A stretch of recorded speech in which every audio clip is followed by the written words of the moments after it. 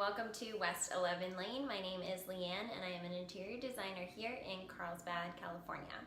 Today on my channel I'm going to be talking about peel and stick backsplash tile, and one of the things that I see so much, and something that I was actually very guilty of, is that people oftentimes wait until they're in the home of their dreams or their forever home to actually put it together and make it feel comfortable and exactly the way they want it. So I'm here to tell you that even if you're in a place for just a year, which is what we commonly do here in California, you can still make it feel like home and dress it up just the way that you want. So these are the tiles that I selected. They actually are made by a company called Wall Pops out of Massachusetts, and that's my home state, so of course I had to try them out. I'm not sponsored by Wall Pops and they don't know that I'm making this video, but for me, they just really fit the bill and were the perfect addition to our kitchen. So in case you're wondering, you don't need to deal with any grout or mess. They're really simple to stick to the wall. You just peel and stick, and you can trim them up with box cutters or even just regular scissors. So they're a great temporary solution if you're going to be just renting for a year or two like we are.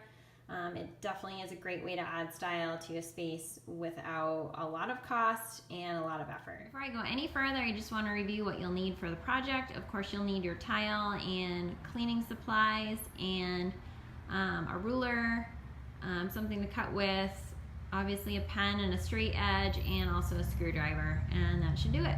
This is our kitchen as it is. It's definitely a great space, and I'm really excited to add the tile because I know it's going to brighten it up a lot. So right now I already have the countertops cleaned and the backsplash washed as well, and the next step is to remove the outlet covers with a screwdriver.